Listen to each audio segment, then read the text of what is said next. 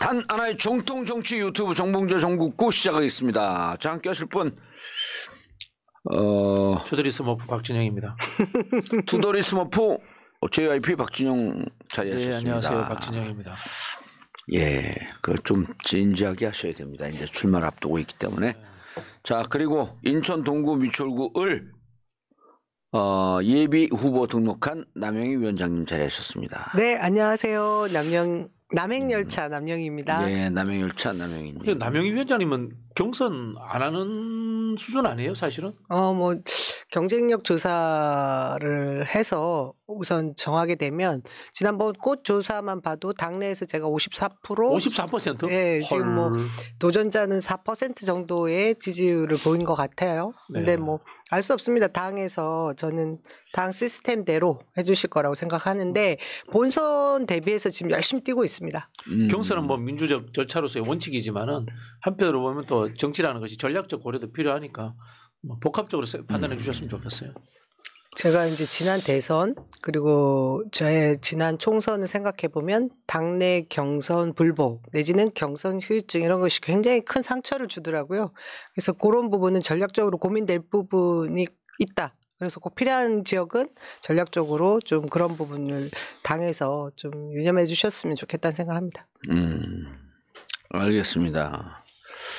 뽕도사가 어깨에 뽕이 잔뜩 올라왔습니다. 독도는 일단 이분 아니에요. 제가 옆에서 본 봉도사님은요 출마 선언하실 때 의외로 굉장히 긴장하셨고요. 예, 저도 참 놀랐는데. 올라와서 뽕도사예요. 뽕도사래. 뽕도사? 예. 그리고 제가 어깨에 뽕 들 때까지만 사세요. 살면서 절대 안 하는 짓을 지금 저한테 하시면 어떡합니까? 아니 근데 제가 박용진 의원하고 도전을 하는 거 아니에요? 어쨌든 원외니까. 그렇죠. 당원이 단 한 명도 없어요. 단 하나의 정통 정치 유튜브가 아니라 단 하나의 당원도 없어요. 그래서 우리 온라인에서 방송을 함께 듣는 분들이 제가 이제 요거 계속 밀고 갈 겁니다. 한 달 정도 그래갖고 강북을 당원님들 문자 부탁드립니다. 강북을 사시는 분들도 문자 주세요. 예. 제가 여기서 원외 지역위원장으로 지난 4년 동안 활동한 사람이지 않습니까? 그 지역위원장이 뭐 우리 당원분들이 뭐 기득권이라고 하면 기득권이지만 당원들 관리를 하는 그런 어차피 지역에서의 그 장이었기 때문에 당원 DB를 저희가 다 볼 수 있었거든요. 그래서 커다란 변곡점이 있었어요. 예전에 제가 출마할 당시에는 문재인 정부 청와대 출신들에 대한 굉장히 많은 그런 이점들이 있었죠. 우호적. 우호적인 지지세가 있었고요.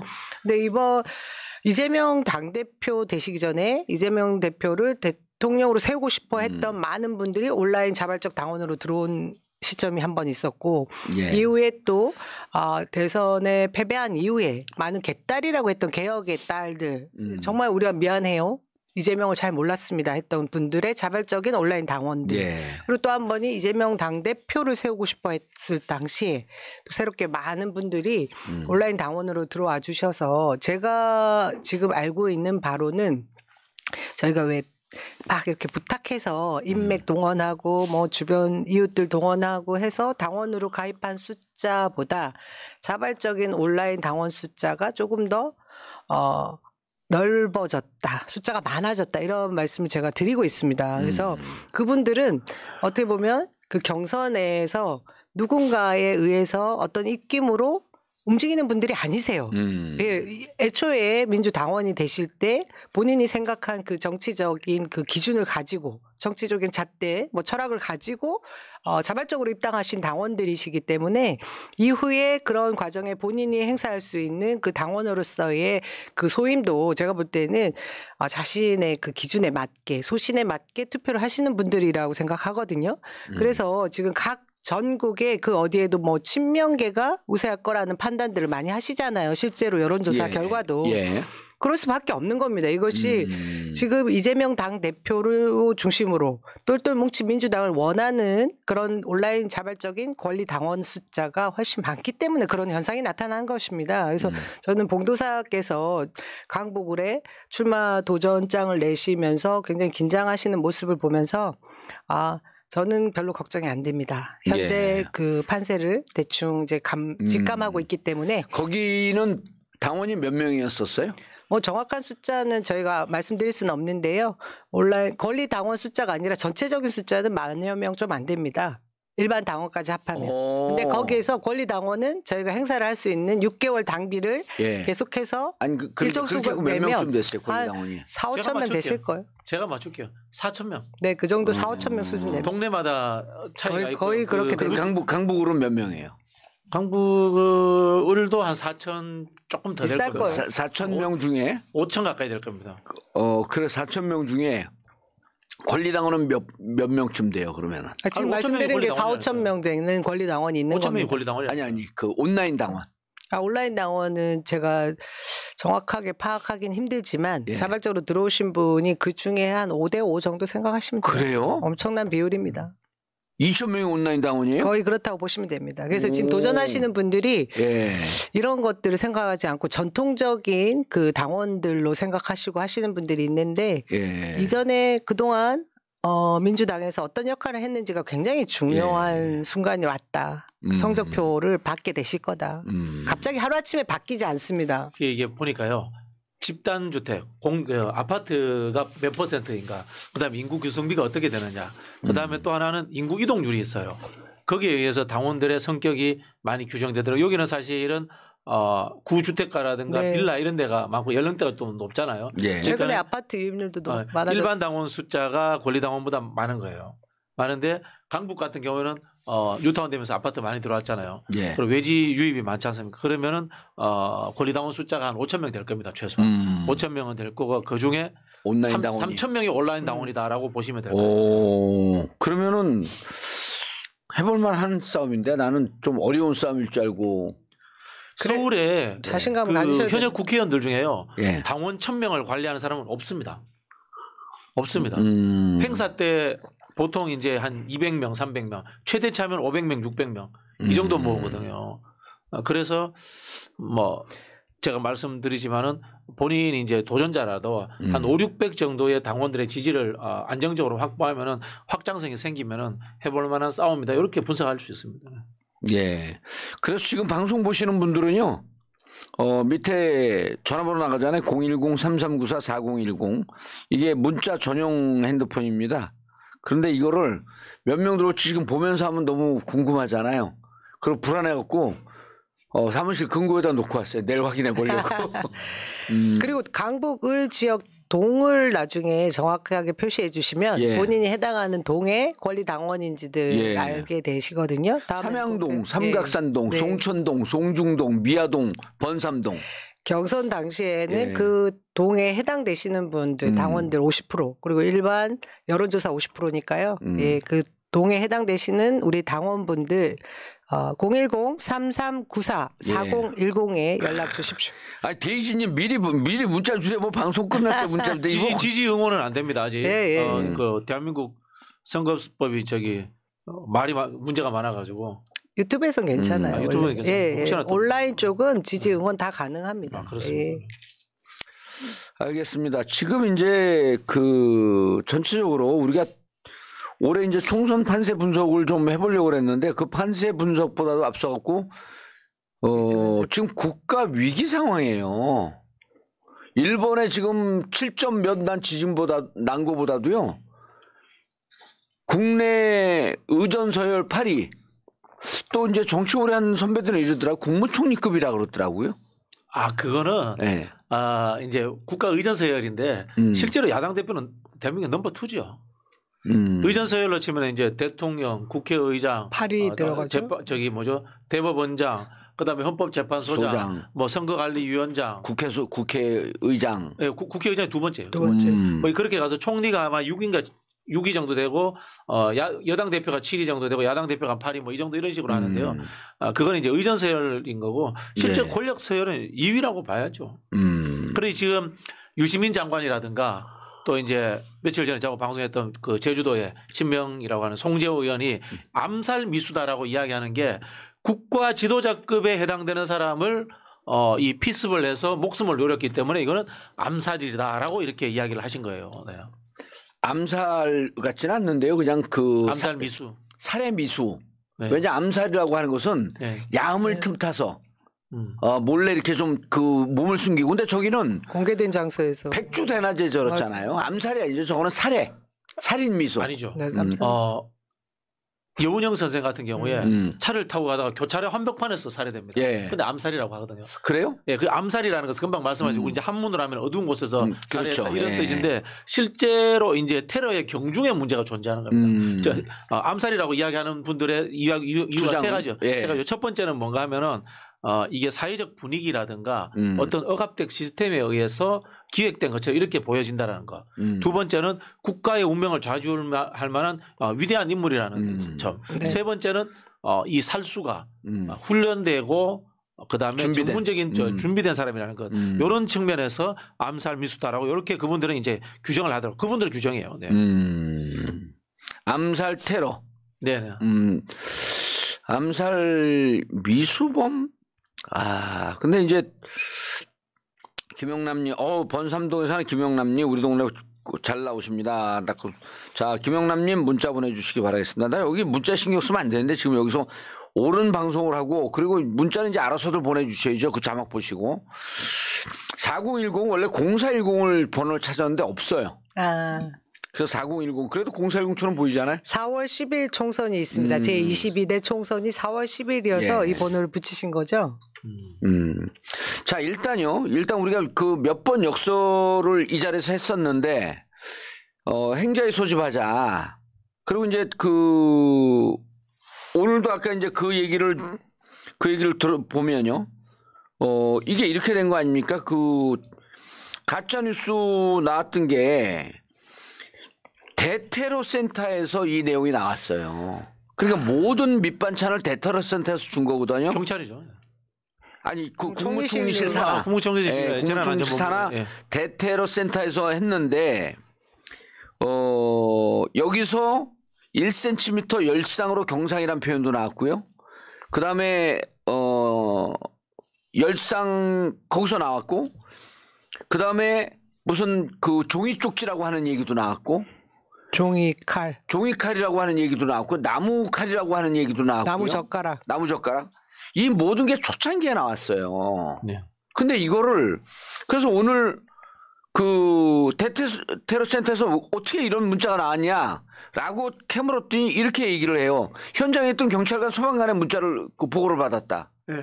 그 대테러 센터가 총리실에 파견 나와 있는 경찰들이에요. 예. 파견 나와 있는 경찰들인데 총리실 밑에 민정실장이라고 했습니다. 예. 민정실장이 경찰들을 또 통화를 하고요. 이제 민정실장 밑에 정보심의관이라고 했습니다. 정보심의관이 뭔가 하면은 대한민국에 있는 모든 경찰들의 정보가 그걸로 다 모입니다. 결국은 뭐냐면은 경찰에서 정보를 받아가지고 취합해서 대테러 센터에서 그렇게 했다는 것은 제가 봤을 때는 민정실장 정도 급에서 거기에 대해서 아마 마사지를 한 거죠. 마사지를 했다라고 예. 그래서 추론됩니다. 그래서 이제 이거는 지금 이런 거예요. 우리는 현장에서 이렇게 보고가 올랐으니까 보도했다라고 하는데 여기서 지금 현장에서 뭐가 빠졌냐면요. 아까 얘기했던 국가 의전 서열안에 중요한 지위에 있기 때문에 의사의 소견이 붙어야 됩니다. 전문가의 소견이 하나도 없어요. 그래서 저는 이게 실수가 아니라 지금은 마사지라고 하는데 의도된 초반에 물타기 위해서 의도된 고의적 실수다 이렇게밖에 보이지가 않아요. 그렇죠. 그 금방 말씀하신 것처럼 사건 축소를 위한 1cm 미만 아니 물타기예요. 예, 열상이었다. 그게 있고 그다음에 또 뭐 나왔겠면 공범 없다. 공범 없다. 그다음에 이것도 나왔잖아요. 민주당 당적을 갖고 민주당 있다. 당적을 갖고 있다. 얘 지금 다 사실과 무관한 거거든요. 사실, 그렇죠. 네. 그래서 처음에 그리고 모든 가짜 뉴스가 여기에 근거해서 퍼지기 시작합니다. 이게 언론에 나왔거든요. 그래서 지금 이 상황은 실수로 보기가 대단히 어렵습니다. 처음서부터 의도되어 있고 의도됐다라고 하는 것은 무엇인가가 기획이 작동이 됐다 이렇게 봐야 되는 거거든요. 그렇죠. 야당 대표가 이 암살 미수에 의해서 쓰러졌는데 첫 번째는 이거를 축소하려고 했다. 공범이 없다. 그다음에 자상인데 열상이라고 했다. 이게 축소하려고 한 거 아닙니까? 예. 그다음에 두 번째는 남 탓을 만들려고 했던 거죠. 민주당 당적을 가졌다라고 한더라. 라고 이런 이야기가 나왔지 않습니까? 그렇죠. 예. 그러면은 그 경찰의 수사 자체를 애초에 믿을 수 없는 상황으로 스스로가 알아서 들어간 겁니다. 그때 당시 대테러 종합 상황실이라고 해서 문자가 나갔던 내용 제가 정확하게 읽어드리면요. 예. 부산 강서 이재명 대표 부산 방문 중 피습 사건 발생 의식 있음. 10시 27분경 가덕도를 방문한 차량으로 이동 중인 이재명 대표의 목 부위를 과도가 납니다. 과도도 나오잖아요. 과도로 찌른 불상자 6에서 70대 노인이라고 나와요. 노인도 나옵니다. 얘를 현장에서 검거, 현장에서 지혈 중 가로 열고 의식 있으며 출혈량 적은 상태. 소방, 목 부위 1cm 열상으로 경상 추정. 이렇게 나왔어요. 이게 그래서 그 당시에 우리 YTN, 예. 연합 모두가 1cm 열상 경상 이렇게 얘기를 했어요. 이렇게 얘기하면서 이제 이때부터 극우 유튜버들이 이걸 봤습니다. 유튜버들이 받아갖고 자작극이다. 그러니까 가짜 뉴스의 진원지를 제공한 게 대테러 센터예요. 거기가 그렇죠. 국무총리실 산하. 그러니까 이게 지금 이제 민주당에서 지금 그 특위가 구성이 됐잖아요. 이거 국가 비상사태에 준하는 행동을 취해야 돼요. 맞습니다. 그렇죠. 예, 지금 이제 민주당이 조금 나이바게 움직이는 게 우린 불만이지만 지금 민주당 안에다가 불만을 표할 수는 없는 거거든요. 아니 지금 저기 전현희 위원장 예. 잘하고 있던데요. 네. 예, 아니, 오늘도 제가 봤는데 그래서 이거는 지금 어떻게 해야 되냐면요. 일단 이거 국정조사 들어가야 됩니다. 네. 맞습니다. 국정조사들. 그 얘기는 지난 시간에도 봉도사가 사실 민주당에서 최초로 얘기했어요. 예. 국정조사도 해야 되고 특검까지 가야 될 상황 정도 되지만 우선 다 불러서 소집해야 된다. 행안위하고 법사위, 그다음 보건복지위. 왜냐하면 이렇게 그 기사를 내놓고 나니까 그다음에 또 기사를 어디서 틀어버리냐면 서울대병원과 부산대병원하고 싸우는데 이미 양쪽은 다 입장을 냈어요. 그리고 이것이 전원 그러니까 병원을 옮기는 와중에서 충분히 의견 충돌이 있을 수 있어요. 근데 이것도 어떻게 하냐면 부산은 그렇게 부산 병원은 원치 않았는데 서울대병원에서 임의로 가져갔고 이렇게 보도를 냅니다. 그러니까 부산 의사에서 그 기사를 받아서 부산 의사에서 지역 의료시설을 무시하냐. 이게 완전히 지금 왜곡시키는 거거든요. 그렇기 때문에 보건복지까지도 들어가야 됩니다. 그래서 일단 당내에서 이렇게 세 단위로 한 다음에 원내대표는 국정조사해야 된다라고 하는 것을 지금 빠르게 치고 나가야 돼요. 이제 너무 진짜 눈치 빠르시네. 원내회의에서 비공식 회의에서 그런 이야기가 나왔던 모양이에요. 국정조사해야 된다. 국정조사 이야기가 나왔는데 지금 국정조사를 해야 되는 이유는 경찰을 못 믿기 때문인데요. 문제는 이제 국정조사를 해도 사건의 전모를 파악할 수는 없습니다. 예. 국정조사가 수사는 아니거든요. 그럼 국정조사를 하면 무엇이 밝혀지느냐. 경찰이 절차적으로 고의적으로 실수했느냐 안 했느냐. 그리고 경찰이 고의적으로 이것을 왜곡하려고 했느냐 안 했느냐. 이런 것들을 밝혀낼 수 있어요. 중요한 건 초동 수사 당시에. 왜 그러냐면 대테러 센터를 조사하려면요. 지금 국회에서 할 수가 없어요. 대테러 센터에서 왜 이런 보고를 받았고 이렇게 보고를 받았단 말입니다. 그럼 그 다음에 이거를 언론에다가 공개하라고 결정하는 단위가 있었을 거 아니에요. 국무총리가 했냐, 국무조정실장이 했냐. 그렇죠. 그런 걸 찾아내야 돼요. 이런 걸 찾아내는 게 국정조사예요. 네. 왜냐하면 우리가 지금 행정부이기 때문에 행정부를 우리가 어떻게 조사합니까? 그래서 이제 국정조사를 하게 되면 대테러 센터 그다음에 행안위 불러갖고 경찰 조사하게 되면 서로 어디서 말이 엉켰는지가 나와요. 그럼 이게 실수냐 고의냐. 근데 이게 100% 고의거든. 그래서 국정조사에서 고의적으로 했다라는 증거가 나오잖아요. 그러면은 특검까지 가는 거예요. 예. 저는 지금 말씀하신 게 중요하다라고 생각하는 것 중에 하나가 왜 경찰에서 최초로 공범 없음, 당적 발표하고 그 다음 날이었죠. 곧바로 벤츠에서 내린 그 CCTV 내용이 나왔는데 저는 이거 경찰에서 확보한 증거 자료를 누군가가 언론사에 제보하지 않았을까 그렇게 추측이 되지 않습니까? 이 상황을 보면 현재 경찰 내부에서도 이 수사 상황에 대해서 분명히 제대로 파악하고 있는 분들이 있을 거라고요. 그래서 이 초동 수사 단계에서 증거를 훼손하거나 증거를 인멸하지 못하게 하기 위해서라도 이 장치가 분명히 필요하다.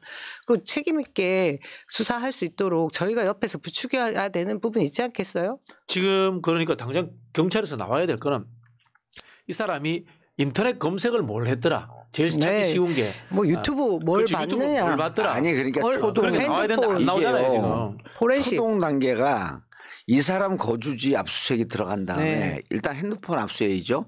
데스크탑이나 그 노트북이 있으면 그 랩탑이나 데스크탑이 있으면 그거 압수해야 돼요. 네. 그다음에 지금 또 뭐가 필요하냐면 그렇게 그 핸드폰 압수수색 하잖아요. 그러면 핸드폰에다 맨날 우리 뒷조사하면서 우리 그 통화 거래 내역 조회하지 말고 이 사람이 최근 한 달간 2달간 통화한 사람들 2번 이상 통화한 사람들 왜 통화를 했는지 그거 하는 게 경찰 일이에요. 상식적으로 하거든요. 그럼 이 사람 2번 이상 통화한 사람을 추적을 해보면 벤츠 말고도 이 사람이 집중적으로 만나거나 통화했던 사람이 나옵니다. 그럼 그 사람들이 국힘이거나 아니면 무슨 태극기 부대거나 이런 데 관계자가 있으면 그때부터 이제 참고인 조사하면서 넓혀 나가야 되는 거예요. 근데 지금 핸드폰 포렌식 했다는 얘기도 안 나와요. 우리 핸드폰 보통 얘기 이제 일체 안 나옵니다. 자살하잖아요. 남녀 동반 자살 이런 거 나오잖아. 그러면은 어디부터 하는지 아세요? 인터넷 검색해가지고 자살 사이트 들어가 봐요. 거기에서 누군가가 자살하는 방법을 가르쳐 줬는가, 누군가가 거기에서 도구를 주었는가. 그래야 제대로 진짜 자살인지 그렇죠. 아닌지 그렇죠. 타살인지를 구분하는 판단하잖아요. 거죠. 그런 것처럼 그런 수사들이 지금 나와야 되는데 안 나오고 있단 말이에요. 아니 그리고 중간에 보세요. 이게 아니 자기들이 뭘 조사했다고 단독 범행이라 그래. 공범이 없다고. 그러니까 이게 지금 처음서부터 경찰이 올리는 과정 그다음에 지금 수사한 중간중간에 세는 과정 그럼 경찰이 왜 이걸 자꾸만 언론에 흘리죠? 수사도 하나도 안 됐는데 그럼 이건 처음서부터 의도가 있었기 때문에 이 경찰을 수사하기 위해서는 해안이가 소집이 돼야 되는 거예요. 그렇죠. 네. 그다음에 이 과정에서 검찰과 어떻게 협업하고 있는가 법사에 소집을 해야죠. 네. 그리고 이렇게 소집이 돼서 물어보다가 야 니네 도저히 안 되겠다 지금 하는 꼴을 보니 자꾸만 가리고 거짓말을 하잖아. 그래서 국정조사를 가자예요. 그렇죠. 네. 우리가 좀 오늘 빨리 얘기했지만 상임위를 소집하고 보건복지에서 부산경찰이요. 부산대병원이요. 부산대병원. 네네. 부산대병원 관계자들이요. 그다음에 부산 거기 했던 뭐 의사협회 있잖아요. 그분들 참고인 조사해야 돼요. 너네 왜 그러? 그럼 서로 통화내요. 참고인 조사하면서 핸드폰 제출 요구해야 됩니다. 그렇죠. 왜 협의를 했냐 이거를. 그 부산대하고 협의했을 가능성이 높은 거거든요. 도대체 무슨 목적으로? 그 지금 부산대병원하고 그다음에 부산의사회 그다음에 뭐 이상한 무슨 소아청소년과 예. 의사 이런 데서 성명을 냈잖아요. 그 성명이 왜 나왔지? 이상하잖아요. 그죠? 뜬금없이 그 과정들도 어떤 정보가 샜는지 그다음에 어떤 계통이 밟아졌는지 그런 것들을 명확히 발표해야 돼요. 더 황당한 일은 정청래 의원님하고 네. 천준호 의원 뭐 이런 분들을 갑자기 고발했잖아요. 고발을 했는데요. 정청래 네네네. 의원님은 부산대에 아는 분도 없고 직접 통화한 일도 없답니다. 그래서 문제를 삼았더니 그 이후로 또 이름을 빼고 보도를 해요. 지금 이런 지경이 있어요. 아니 말도 안 생각해보면 됩니다. 말이 안 되는 게 헬기 이야기 나오잖아요. 헬기를 뭐 민주당 당직자가 키를 뺏어가지고 직접 운전을 했나요? 그 헬기 운전은 거기 아무리 이재명 대표를 우리가 모시고 오고 싶어도 운전하는 사람이 운전 못하겠어 하면 못하는 거예요. 그 결정권자는 헬기 운영 주체에게 있는 거예요. 환자의 이송도 가족들이 요구하더라도 결국은 부산대병원과 서울대병원에 협의하에서 진행되는 거예요. 아니 그러니까 지난번에 우리가 정필승 그 변호사 있잖아요. 네, 변호사. 예, 변호사면서 의사인 그분이 얘기를 했지만 이거요. 우리가 추정하더라도 야당 대표입니다. 부산대병원이 이거 어떻게 책임을 져요? 만약에 위중한 상황에 왔으면은. 그리고 서울대병원에서 이렇게 밝혔어요. 부산대병원과 충분히 협의했다. 근데 지금 그런 기사가 안 나오잖아요. 그거 서울대병원 의사가 공식 브리핑한 거거든요. 그래서 전원 결정을 했다. 근데 자꾸만 부산에서 이상한 보도들이 나와. 그럼 이거는요. 만약에 나중에 특검 가잖아요. 특검 가면 상황을 은폐하거나 조작시키려고 하기 때문에 지금 참고인 신분인데요. 요 성명서 낸 사람들 부산대병원 관계자들 피의자로 전환될 가능성도 높습니다. 상황을 만드는 거 아니에요. 이거 그래서 저는 지금 우리가 왜 이 얘기를 하냐면 이게 아까 여은영 선생도 얘기하고 있는데 그로부터 그렇게 되면요. 몇 년 만이냐면 60년 만에 그다음에 김대중 대표 그 야당 총재가 교통사고 난 다음에 50년 만에 야당 대표에 대해 테러예요. 이게 역사적 사건입니다. 해방 이후에요. 이런 사건이 몇 개 없었어요. 그럼 민주당은 이 부분에 대해서 지금 우리도 오늘 이날 방송하고 그날도 얘기했지만 무척 위기감을 가져요. 그러니까 지역에서 제가 부탁드리는 건 지역에서 10바퀴 도는 것보다도요. 국회 모여서 이걸 갖고 지금 싸워줘야 돼요. 이거 국정조사 들어가면 제가 보기에 상당히 나옵니다. 이게 경찰이 왜 이랬을까? 국무총리가 왜 이랬을까? 국무총리실에서 통한 내역들이 나와요. 저는 지금 이 언론들이 특히나 그 공중파 방송들이 예. 지금 이 상황을 모면하려고 하는 건지 어떻게 하는 건지 뭐 그 무슨 전략인지 잘 모르겠지만 최근에 우연히 막 이렇게 방송들 틀어져 있는 곳을 방문해서 보면 아니 전부 왜 최근에 묻지마 사고들 있잖아요. 지역에서 일어나는 그런 사건들을 계속 보도하고 있더라고요. 예. 강력 범죄들. 지금 이 사건하고 같습니까? 그러니까 이 제대로 된 이 사건 이재명 대표에 대한 대테러 사건에 대한 것은 다루지 않고 나머지 우리 사회에 그냥 전반적으로 늘 일상적으로 있는 이런 범죄들을 아주 그냥 대서특필하고 있어요. 이거 국정조사 들어갔고요. 박정희 교수님 대테러 센터 관계자들이요 세우잖아요. 국무조정실 세우잖아요. 다 털립니다. 아, 다 틀리죠. 그리고 생방송 해버려야 돼요. 공무원들인데. 예. 자기들 출혈량이 적다라는 표현을 썼냐고요. 그렇죠. 목 뒤로 피가 흥건했던 걸 확실히 다 모든 사람들이 눈으로 확인했는데 출혈량이 적다라고 하는 건 주관적 판단 아니에요. 그렇죠. 어디부터가 출혈량이 많고 적답니까? 그래서 이거는 출혈 발생 그리고 목 부위의 위중한 상황 요렇게 돼있죠. 아니 출혈량이 많다 적다 주관적인 표현이에요. 실제로 그 당시에 이 과도란 표현을 써서 그 흉기가 그 범인이 썼던 흉기가 아닌 과도가 또 막 돌아다녔어요. 과도 사진이. 아니 그러니까 그때 과도라고 했던 초기 발설자가 누구이고 그렇죠. 언론에 흘린 자가 누구이고 그렇죠. 대테러 센터에서는 왜 이렇게 왔는데 그거요 지금 다 녹음이 돼 있어요. 문자로 온 건 문자 기록이 돼 있고요. 그렇죠. 녹음이 돼 있어요. 누구 지시인지가 나오겠죠. 아니 거기 대테러 센터 다 녹음이 돼 있습니다. 그럼 이거를 지금 갖고 현재 상황에서 왜 빨리 해야 되냐면 대테러 센터 국무총리실은 대테러 센터는 현재 있는 그 증거나 흔적을 지우거나 손대지 말아라고 국회에서 먼저 명령을 내려야 돼요. 옛날에 윤석열이 검사 시절에 늘 했던 이야기가 그거예요. 마사지 했다.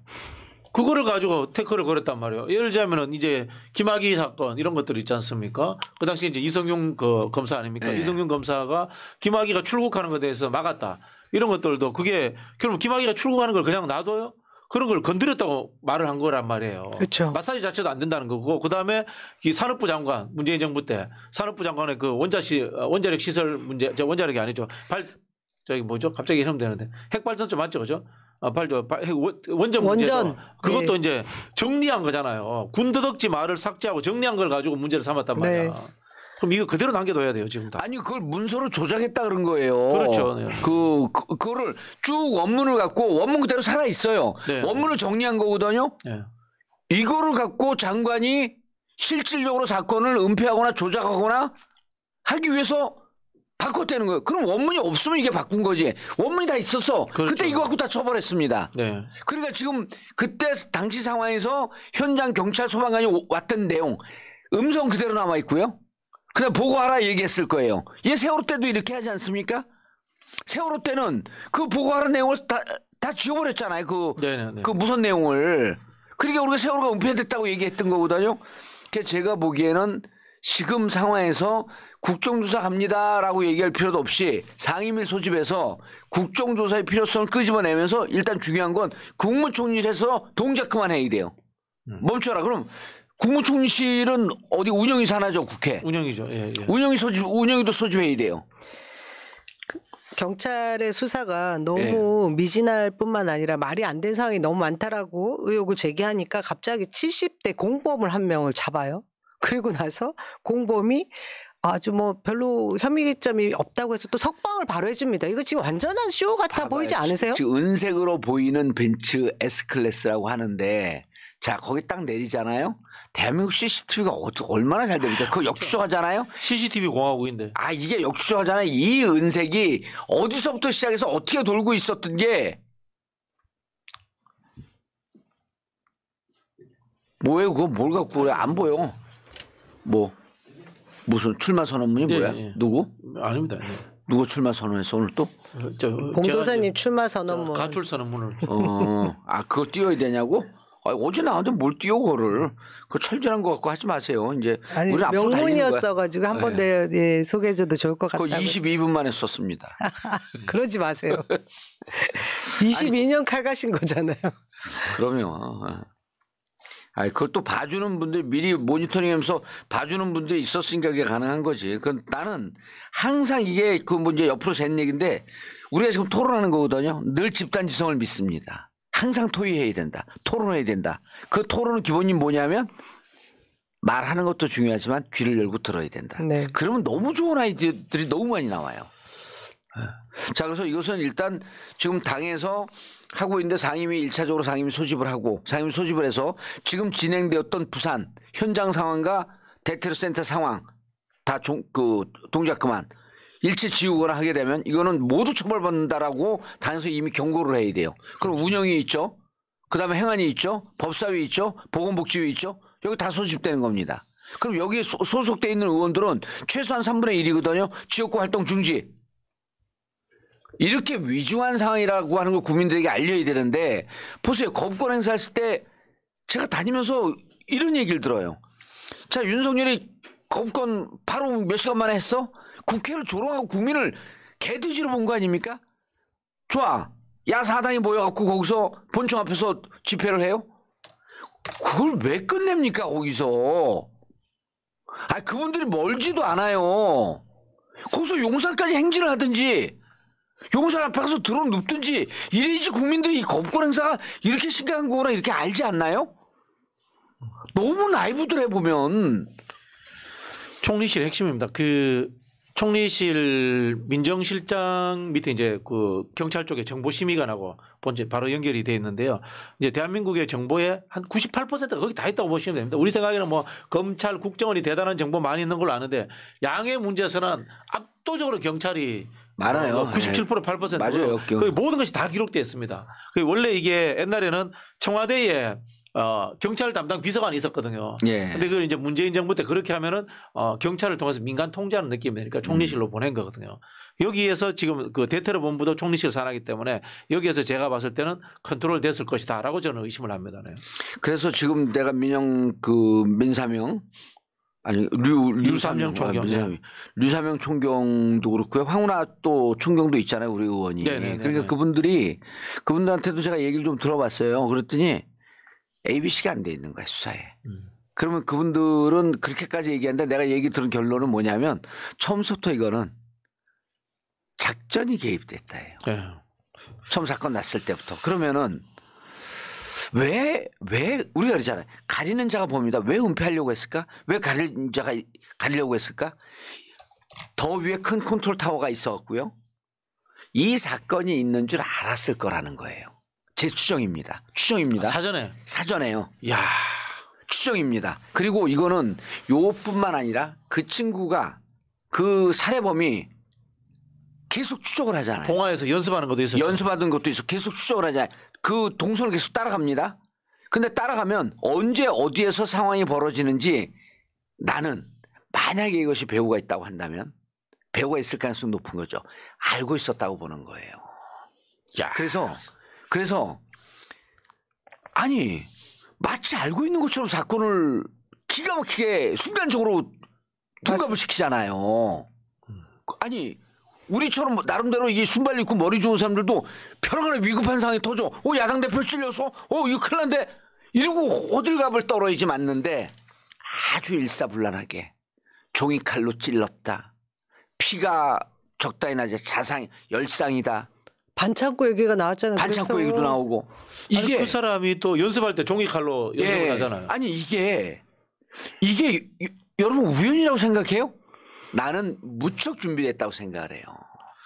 글쎄요. 저는 뭐 그까지는 동의는 안 됩니다만은 최소한 사고가 났을 때 아니 여기서 조금만 더 나갈게요. 네. 그러면 왜 이게 준비됐다고 하냐면 여기에서 이 사건을 키우고 이 사건을 제대로 파기 위해서는 벤치를 파야 돼요.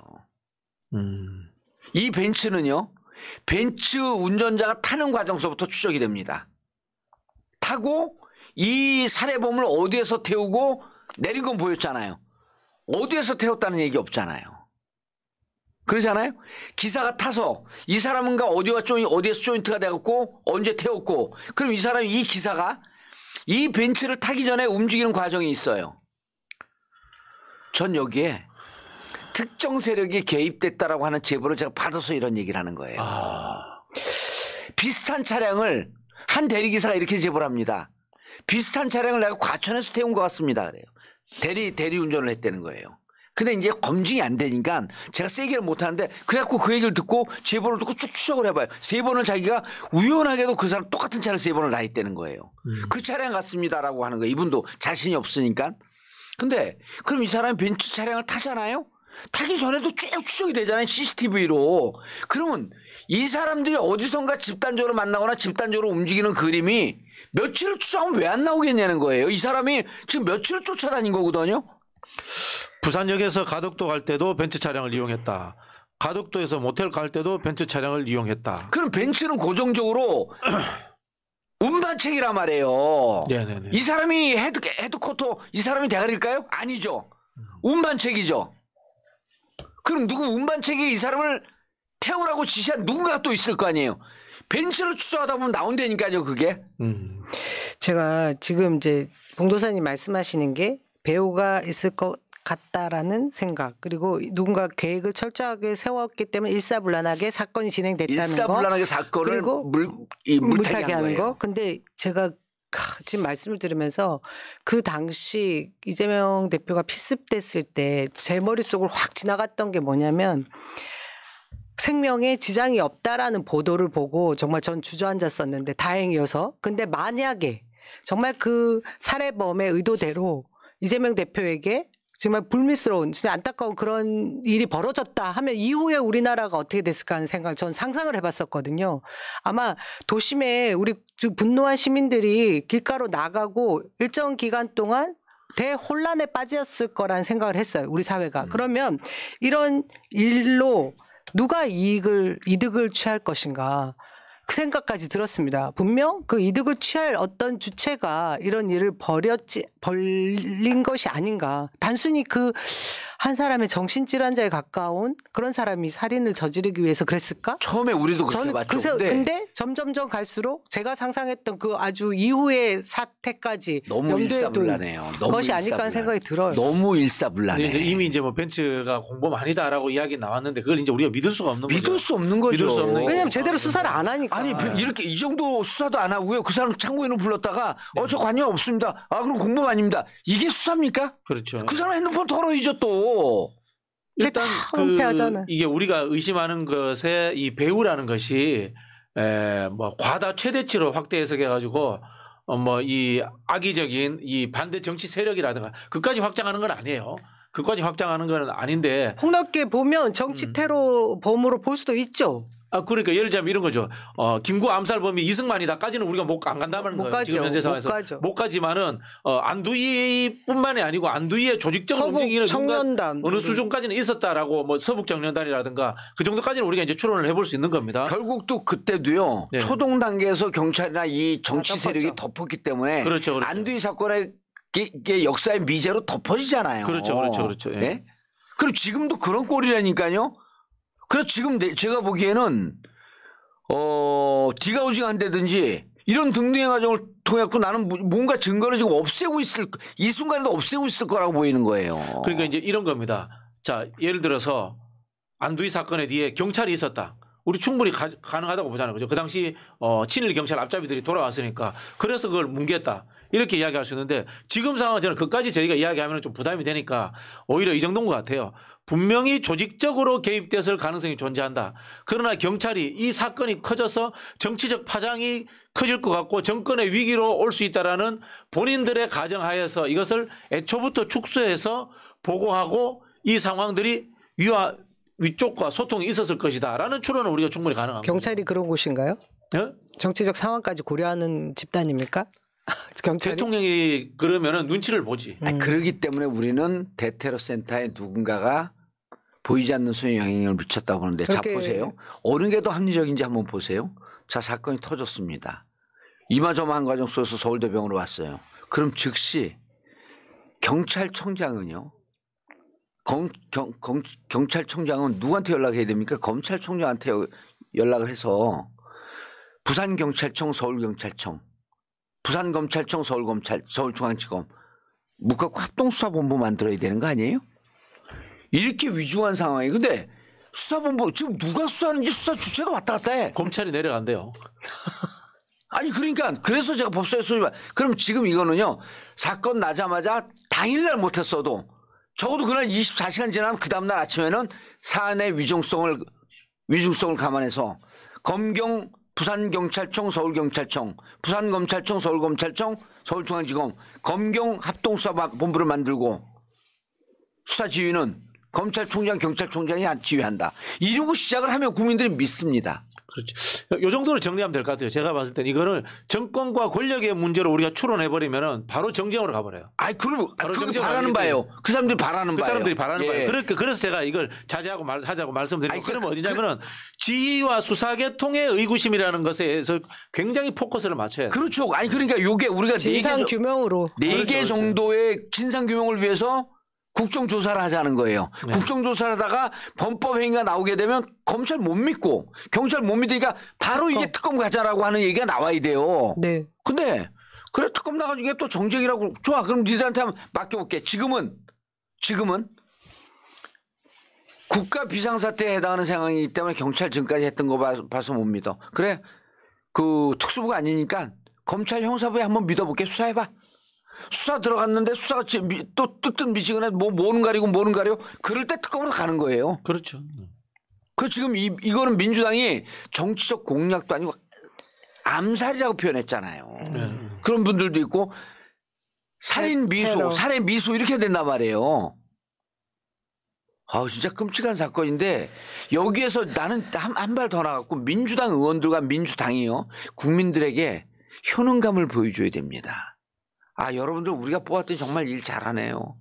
우리가 이렇게 가슴 아파했는데 이거 처리해 나가는 과정이 근데 자기 혼자 당선하고 자기 혼자 막 경선되려고 제가 지금 경선하려면 지역구 가서 뛰어야죠. 여기서 이거 하고 있으면 안 되죠. 네, 댓글 감사해요. 허영종 합리적에서 양비로 수박 강한 쪽 개뿔 국가의 운영 절차도 모르면서 함부로 댓글도 달지 마세요. 뭘 말도 안 되는 소리 하고 있어. 왜 흥분하지 마세요. 응? 댓글을 하고 싸우는 게 이제 옮겨서 아니 그러니까 열받지. 어디 저기 그거 유튜버 수준의 댓글을 달고 있어. 예. 하여튼 정말 동편도 오늘 지금 뭔가 느낌이 싸해요. 나도 처음에 요 자리에 앉아갖고 난 그쪽 자리에 앉았는데 푸나님이 배우가 있는 것 같습니다. 푸나님이 나보다 신문을 더 많이 보니까 그때 내가 좀 긴가민가 했거든요. 근데 쭉 다시 봤어요. 왜 이렇게 물타기가 세련돼 있지? 이 사람들 이 사건 나는 걸 미리 알았지 않았을까? 벤츠가 동원돼? 벤츠 누구라고 그러는데 벤츠를 자꾸만 이 사람을요? 어디에 있는 단순 가담자로 해갖고 내가 어제 그저께 그 김원준 총수가 외로운 늑대라고 하는 표현 외로운 늑대를 잘못 이해하고 있는데 IS 외로운 늑대요. 그냥 외로운 늑대가 아니에요. 외로운 늑대들은 조직이 행동 대원으로 쓰기 위해서 외로운 늑대화 시킨 겁니다. 하고 쓰고 난 뒤에 잘라내버리는 거지. 아니 자를 것도 없어요. 이쪽에서 계속 세뇌를 들어갑니다. 그 외로운 늑대가 강력하게 행동할 수 있게끔 계속 세뇌를 하고 너는 무언가 우리의 메시아로부터 연결돼 있다라고 하는 느낌을 줘요. 이 사람 설사 외로운 늑대라고 할지라도 이 사람과 통한 내용이나 이런 걸 보게 되면 해야 된다라고 하는 명령을 받았을 가능성이 높다는 거예요. 외로운 늑대는 진짜 본인 혼자 의기투합해갖고 막 분기탱천해갖고 외로운 늑대가 되는 게 아니라니까. 외로운 늑대라고 하는 형식을 갖췄지만 실질적으로는 조직의 강력한 오더를 받는 게 외로운 늑대다. 그 김원준 총수가 모르고 자꾸만 외로운 늑대라고 그래요. 그 표현 쓰지 마라. 세뇌되는 거고. 세뇌되는 거예요. 가스라이팅 되는 거고. 다 포섭되어 있는 거죠 사실. 좀 더 쉽게 얘기하면 중앙의 헤드쿼터가 본인들을 숨기고 리모트 컨트롤링 하는 겁니다. 그게 외로운 늑대 특징이에요. 가스라이팅. 가스라이팅이죠. 근데 가스라이팅인데 당하는 사람은 있는데 누가 시키는지 조정하는 몰라. 사람이. 조정하는 사람은 모르는 거예요. 그럴 가능성이 무척 높은 사건이에요. 그러면 국가 행정력, 국가 수사력이 총동원돼야 됩니다. 누가 이런 얘기하니까 어떤 방송 본 사람이 나 만나고 그러더라고. 다음에 국정원장 하시죠. 아, 국회에 들어가든지. 국정원은 국내 수사권이 없어요. 그렇죠. 수사권 아니 수사권이. 그래 이제 여러분들이 왜 국정조사를 이야기하냐 이렇게 생각하실 건데 국정조사에 의해서 절차적 위법이라든가 이런 것이 드러나지 않으면 특검으로 못 가요. 네. 갈 수가 없어요. 그러면 국정조사 먼저 해야 됩니다. 그리고 국정조사는 관료들을 대상으로 한 절차와 그게 도서지 수사가 아니에요. 국회에서 수사권이 없어요. 한다고 해도 소환되지도 않고 범인을 부를 수도 없어요. 야, 에릭 MJ님이 서울의 소리 기자와 레거시 미디어 기자들 신천지와 연관성 꼬리 잡았대요. 서울의 소리에서 먼저 보도 후 레거시 미디어에서 보도 안 됩니다. 야, 이야기를 하시고 싶었구나. 내가 제보받은 게 여기예요. 과천에서. 과천에 있는 이 사람들을 태웠다. 이 제보를 받은 거예요, 제가. 근데 이거를 출마하고 그러는데 또 이야기하지 마세요. 구체적으로 이야기하지 마세요. 댓글을 읽은 겁니다. 난 모르겠는데 그 왜 왕관 모양도 저는 참 미심쩍었어요. 누가 이재명 지지자지만 뭐 이렇게 여기다가 뭐 이런 현수막 같은 걸 들거나 피켓을 들거나 아니면 뭐 어디다가 붙이거나 이렇게 하지 그 이상한 모양의 왕관을 쓰고 그러니까 더 쉽게 얘기해 줄까요? 굉장히 특이하죠. 왕관 누가 만들었을까요? 본인이 만들었을까요? 하여튼 전 참 그거부터 그 좀 아저씨가 만들기에는 많이 이상하잖아요. 예쁘게 너무 잘 아주 예쁘게 만들었던데. 세련되잖아요. 누군가 만들어준 사람이 있으면 그 사람 공범인 거예요. 근데 이 왕관에서 굉장히 왕관에서 무슨 냄새가 납니까? 사이비 종교? 어느 종교 단체 가서 막 이런 거 쓰잖아요. 왕관 같은 거. 뭐 하면서 예수님 사랑 이런 것도 있고 뭐 그죠? 네. 뭐라고? 아무튼 굉장히 찜찜한 게 많았는데 아니 왕관 만들어준 사람이 또 찾아봐야 될 거 아니에요. 그렇죠. 누가 만들어줬니? 물어는 봐야 될 거 아니에요. 그 왕관 모자는 왜 썼냐부터 물었어요. 그럼요. 이게 뭔가 세뇌되는 과정이에요. 이런 의식적 행위는 뭔가 상징물을 항상 갖거든요. 야, 그러니까 우리가 이재명 대표의 경기도지사 시절에 코로나 관련해서 신천지 본부를 들어가잖아요, 그죠? 이만희. 네, 이만희 씨가 그때부터 신천지는 이재명이 원수입니다. 그때 그렇고 그다음에 대선 때 마지막 경선에 대한 의심. 아니 그리고 제가 여기 이 자리에서 그 얘기를 했어요. 이낙연 대표가 탈당하는 과정에서 보면 지금 이제 완전히 막 가잖아요. 그때 우리가 여기서 뭐라 그랬냐면 조직력과 자금력을 어디선가 백업을 받고 있는 듯한 느낌이 난다. 근데 직접 연결됐다고는 이야기하시면 안 돼요. 지금 후보가 느낌입니다. 되셨기 느낌적 느낌입니다. 느낌인 거죠. 네. 그리고 추정이에요. 우리는 추정일 때 추정이라고 얘기하잖아요. 이런 느낌과 이런 의심이 든다. 이 모든 상황이 굉장히 불행해요. 예, 지금. 무서워. 근데 저는 하루에도 몇 번씩 제가 제 옆에 저희 뭐 같이 수행해주는 봉사자들이 없으면 주민들이 저한테 물어봐 왜 혼자 다니냐고. 그렇게 다들 두려워해요. 했어요. 지난번에 우리 어디 촛불 집회 끝나고 촛불집에서 맥주 같은 거 한 잔씩 하잖아요. 거기 태극기 집회 지나가다가 제가 우산에 찔렸다고 말씀드렸잖아요. 도망갔다고. 무섭습니다, 진짜. 난 본능적으로 이렇게 찌르고 치고 팍 쳐갖고서 팍 쓰러졌는데. 운동신경이 발달하셔가지고. 아니, 복서 출신. 아니 그러니까 이게 몸에. 정봉준 건드리지 마세요. 맞습니다. 피하다가. 그런 얘기 하지 마세요. 또 피하다가 맞습니다. 뭐 지역에서 누때를 때면서 이렇게 막. 아니 정당방으로. 참. 저도 좀 보기보다 좀 날렵하거든요. 예. 장기 큰 근육은 없어도 장 근육이 있어서. 저 죄송한데요. 그러니까... 제가 눈빛으로 장풍 날리면 다 갑니다. 아니 근데 그 박진영 JYP는 보면 좀 몸이 얍삽해 보여요. 좀 날렵한 편이에요. 아니 날렵이 아니라 얍삽해 보입니다. 아니 바꿔봐죠 뭐. 네. 아무튼 이재명 대표님 여러분들도 댓글에 다셨던데 내일 퇴원하신다고 해요. 사실 우리 정변이 되게 걱정을 많이 하더라고요. 병원에 좀 더 계시는 게 맞는 것 같은데 업무에 빨리 복귀하고 싶으셔서 그런 것 같다. 근데 좀 쉬셨으면 좋겠는데 참 우리 이재명 대표님 저희가 못 말립니다. 진짜 이런 부분. 저희가 이재명 대표님 쉬셔야 됩니다. 이렇게 이야기하면서 국정조사 이야기 꺼내면 사실 이게 저희도 앞뒤가 안 맞는 건데 아마 제 짐작컨대 이번 주에 원내대책회의나 이런 데서 제가를 하셔야 되는데 이런 이야기 아마 할 것 같아요. 왜냐하면 당대표가 병원에 계시면 면회도 안 되고 막 이런 상황들이 있을 거예요. 아마. 일단 이거는 국정조사는 당일보다 원내 일이거든요. 그 원내대표가 옷소리를 갖고 지금 원내대표는요. 너무 잘하고 계시잖아요. 우리 잘하고 홍익표 있죠. 대표님. 그리고 원내대표는 지금 3파전으로 갈 가능성이 높기 때문에 서초울에서 해볼 만해요. 근데 서초울은 특히 서초구 같은 경우는 지역구 돌아봐야 아무 의미 없습니다. 네. 무조건 공중전이에요. 그리고 거기는 경선이 아니라 본선이거든요.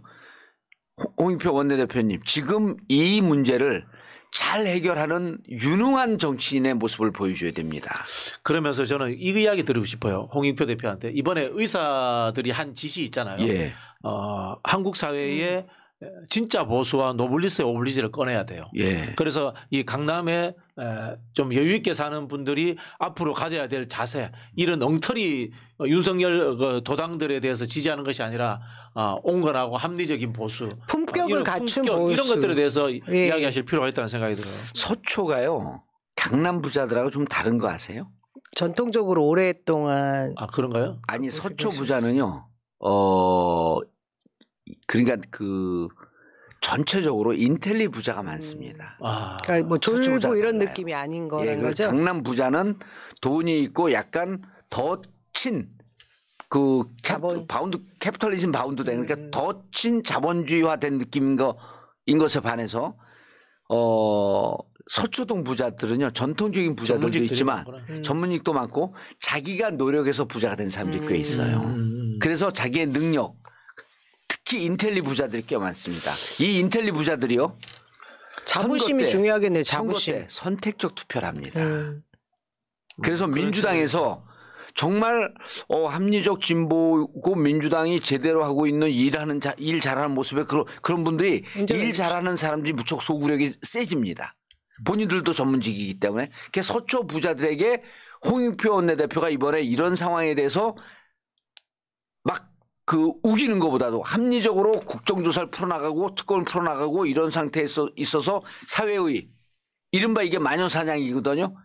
사회가 악마화되거나 마녀화되거나 이런 좀 무지몽매화되는 것을 막는 정치인, 이런 이미지 하게 되면 서초에서 한 2~3% 올라갑니다. 지금 홍익표 대표가 또 오늘 굉장히 잘하신 게 있죠. 예. 이태원 특별법 야당 단독으로 처리했습니다. 통과시켰어요. 예. 원내대표 중에 예, 어쨌든 진짜 잘하고 있는데요. 상대적이지만 제일 전 잘해요. 지금 그 말씀을 드리고 싶은 거예요. 지금 정치 실종이 인간성 상실까지 가는 현 상황에서 예. 그것을 회복시키기 무던히 노력하고 있다. 그걸 서초 구민들이 알아주실 겁니다. 이태원 특별법 또 거부권 행사할까요? 지금 그것 때문에 지금 우리 유가족들이 정말 우리가 그러면 가만히 안 있겠다는 말씀을 하시면서 기다리고 계신데 절대 못할 거라고 봅니다. 하면 안 윤석열 됩니다. 대통령이 일관된 행동을 보여야 된다고 봐요. 지금 4번에 걸쳐갖고 8개 법안을 거부권 행사, 노란봉투법 같은 경우도요, 그것도 인간법이잖아요. 네. 근데 어쨌든 그래서 이런 대목에서 나는 본인의 선거를 위해서가 아니라 정말 민주당이 일 잘하는 정당. 그래서 앞으로는요, 진보가 보수보다 일 잘한다는 이미지가 무척 중요해요. 근데 원내대표가 이렇게 중요했더라고요. 중요하죠. 법안 통과 이런 거. 제가 이제 옛날 역사를 하나 이야기해 드릴게요. 서초 쪽에. 예. 그쪽에 옛날 3당 체제 때 YS가 야당할 때 YS 야당이 당선 많이 됐어요. 누군지 아세요 그게? 홍사덕 김동경이에요. 예. 홍사덕 김동경이 그 당시 민정당을 제끼고 당선이 된 적이 야당에서. 있어요. 평민당은 당선이 안 됐는데 YS 통일민주당은 거기서 야당으로 당선된 적이 있어요. 이게 사실은 함의하는 바가 있어요. 세련된 야당이었나? 이게 내가 딱 보니까 이분이 꽤 세련되고 세련돼. 그러니까 아니 이게 이분이 제보했는데 내가 한두 번 통화하고 그냥 좀 이제 내가 그거 추적할 그 겨를이 없었고 의미 있게 보고 당에다 얘기하겠습니다 했는데 이분이 내 추정컨대 서울의 소리하고 여기를 다 가져간 것 같네. 왜냐하면 3번을 태웠다 그러면서 너무 확신에 차서 얘기하더라고.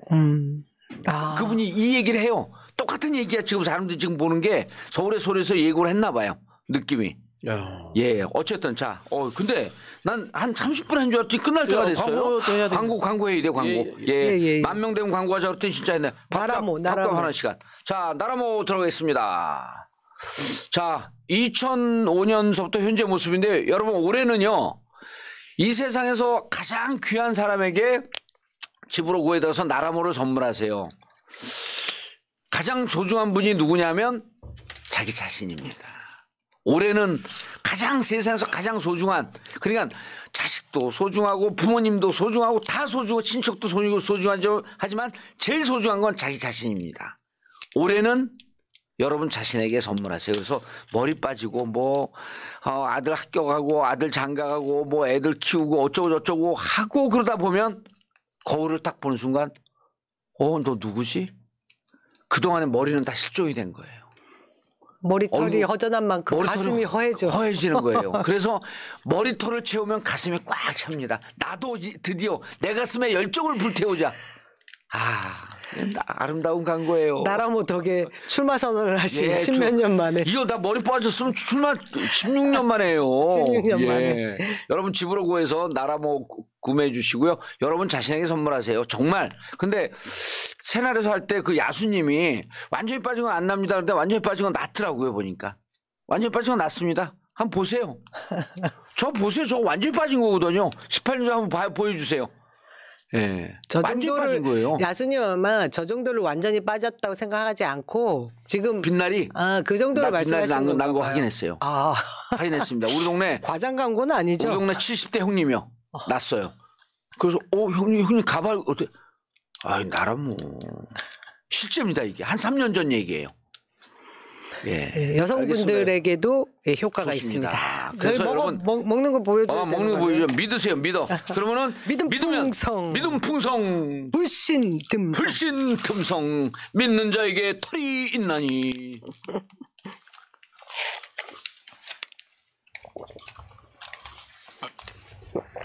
우리 푸나님은 씹어서 드셔가지고 효과를 더 보고 계신다는데. 푸나님 뭘 한번 하면 끈질기게 하는 게 아주 멋진 남자야. 자, 순수 국내산 곡물. 순수 국내산 곡물이에요. 여러분 건강에도 좋습니다. 아이고. 자, 이제 대박 114 대리 들어갈까요? 야, 광고하니까 1000명이 싹 빠졌어. 오. 자, 대박 114 대리. 오늘 눈 그리고 또 비가 돼서 막 내리고 지금 근데 날이 푸근해가지고 도로는 빙판길은 아니었어요. 아니에요. 예. 그래서 그래도 안전 운전하셔야 되는데요. 피곤하시거나 술을 한잔 하셨다. 무조건 대박 114 대리. 이용하십시오. 이용하기 굉장히 편리합니다. 플레이스토어 또는 앱스토어에서 지금 다운받으셔서 이용하시면 되고요. 전국 어디에서나 아주 저렴한 가격으로 이용하실 수 있고요. 매회 이용 시 10%가 적립됩니다. 추천 시에 2,000원까지 적립되니까 대박 114 대리 이용하시기 좋을 겁니다. 이 20년 전통의 대박 114 대리는 전 직원 보험 가입으로 안전하며 사고, 과태료 발생 시에 100% 보상이 가능합니다.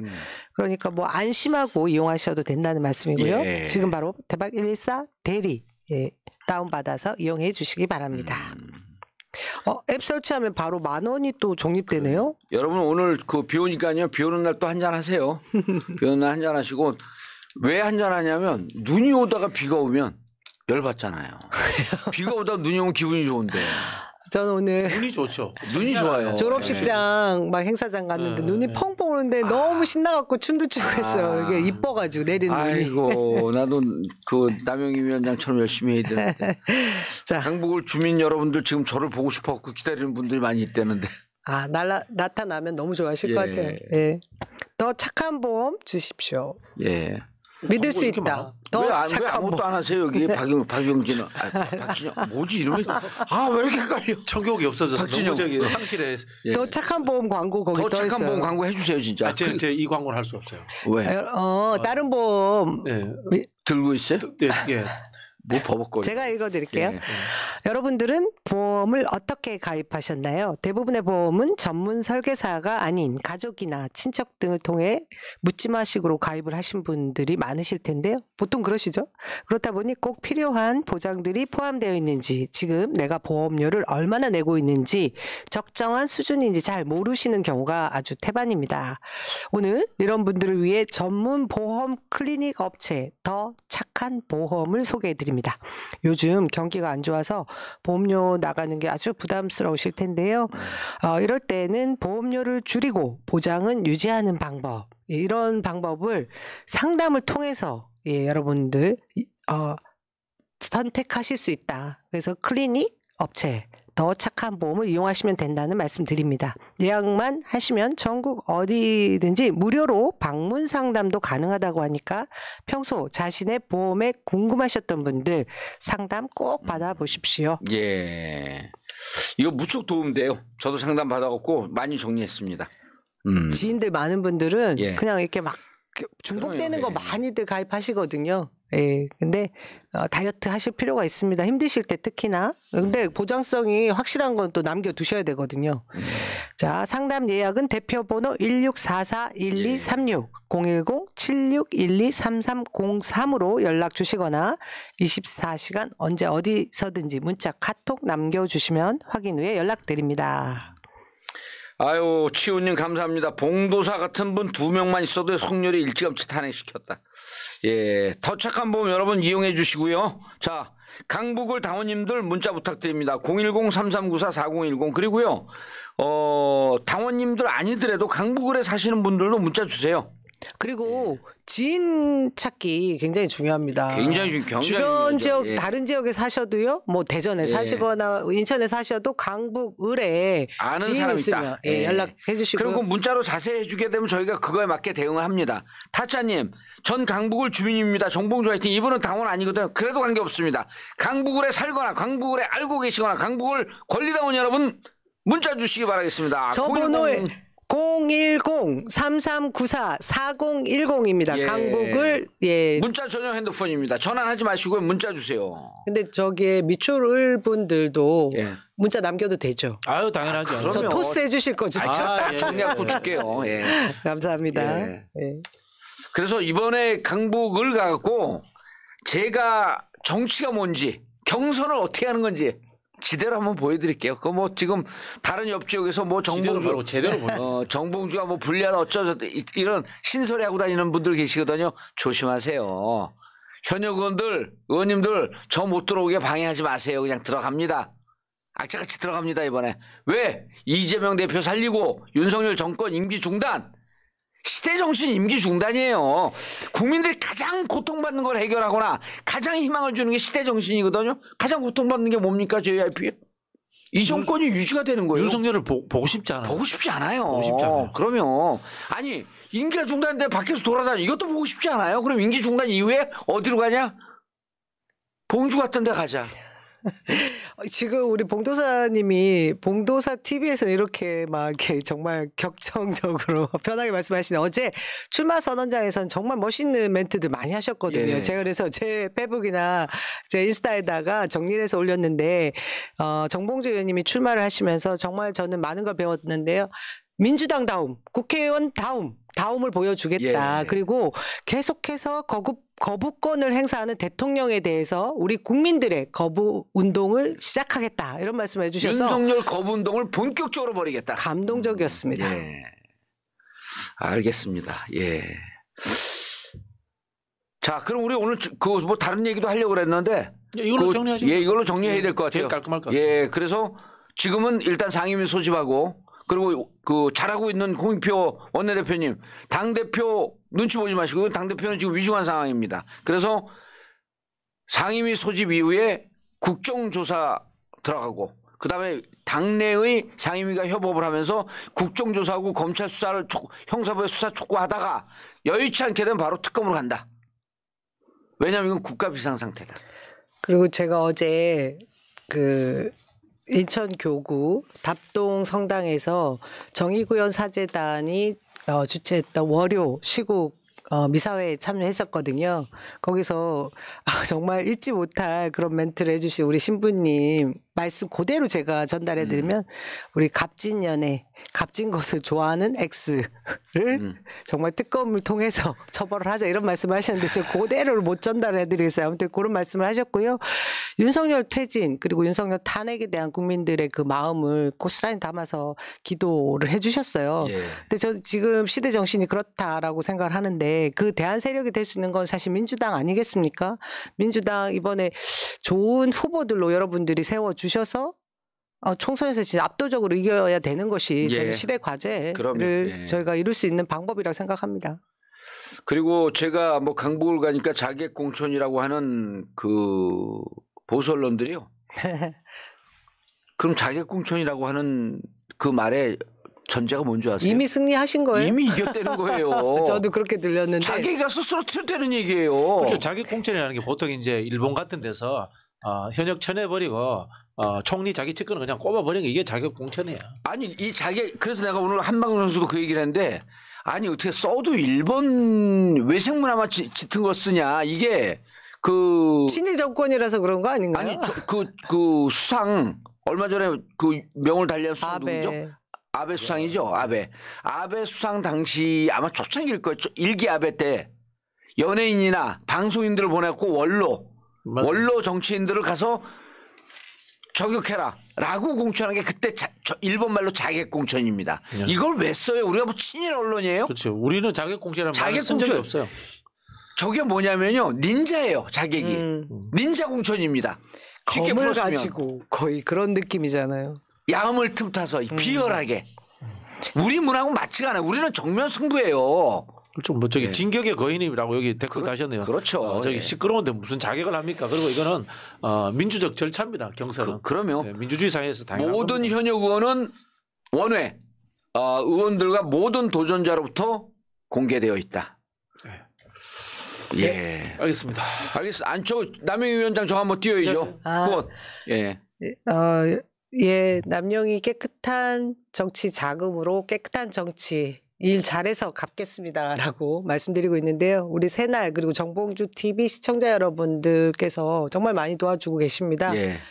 예, 지금 열심히 지금 그 후원금 제가 이제 받은 걸로 지역에 이제 사무실도 잘 정리했고요. 근데 앞으로 또 저희 지역 내에서 합법적인 인건비를 또 이렇게 지출할 수 있는 범위도 이 후원금 내에서 잘 사용하고 있으니까 많은 도움 부탁드립니다. 예, 알겠습니다. 오늘 그 저희가 하고 싶은 말씀이 좀 있었는데 좀 지금 이제 조심스럽고 나와 남영희 위원장 박진영 요 말만 또 추적하는 사람들이 있어요. 왜냐면 우리가 들어오면 일단 불편합니다. 개혁과 혁신은 늘 불편한 거예요. 기존 질서를 뒤집어 엎는 거거든요. 가만히 있어서 못 뒤집어 엎잖아요. 가만히 앉아 있는 건 보수입니다. 민주당이 진보적 색채를 보다 강하게 하는 건 계속 뒤집어 엎어야 돼요. 혁명은 귀찮은 겁니다. 그러니까 우리가 현역원들 귀찮게 하니까 우리가 들어오는 게 싫은 거야. 그래도 들어가야 됩니다. 왜 저까지 끼워넣으세요? 저 얼마나 온순하고. 뭐 안 들어갈래요? 안 들어갈래요? 제가 누구보다 제가 앞장서서 싸울 사람인데 그죠? 오늘 JYP님 왜 좋으세요? 지역구 빨리 정하셔야죠. 우리 시청자분들이 애달파하세요. 아니 여기 그 JYP는 전략 공천 대상이에요. 예. 알겠습니다. 저 띄었었나요? 남영이 제대로 이래서 갚겠습니다. 띄었어요? 예. 자, 강북을 당원님들 다시 한번 문자 부탁드리고요. 010-3394-4010 4010-4010번입니다. 문자 전용 핸드폰이고요. 여러분들의 열성, 지지 잘 싸우고 일 잘하는 것으로 보답하겠습니다. 정봉재 전국구 마치겠습니다. 감사합니다. 고맙습니다.